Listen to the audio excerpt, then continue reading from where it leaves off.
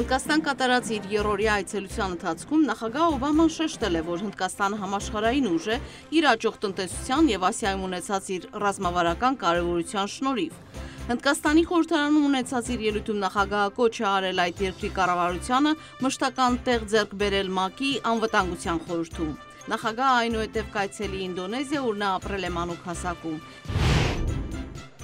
Մինչ նոր կոնգրեսի կազմը շարունակում է ձևավորվել, կոնգրեսի նորընտիր անդամներից շատեր ցանկանում են, որ այդ կազմը անցյալի համեմատությամբ լինի ավելի փոքր։ Միջանկյալ ընտրությունների արդյունքում հանրապետականների թիվը կոնգրեսում ավելացել է 66-ով, ովքեր պնդում են, որ պատրաստ են իրագործելու իրենց ընտրապայքարային խոստումները կառավարության ծավալը կրճատելու մասին։ Մենք պետք է դադարեցնենք Օբամայի ծրագրերի ֆինանսավորումը եւ եկող 2 տարիներին ամերիկացիներին բացատրենք, թե որոնք են ներկա պայմանների բարելավման իրական տարբերակները, ասել է Հարավային Կարոլայնա նահանգը ներկայացնող հանրապետական կոնգրեսական Ջիմ Դեմինթը։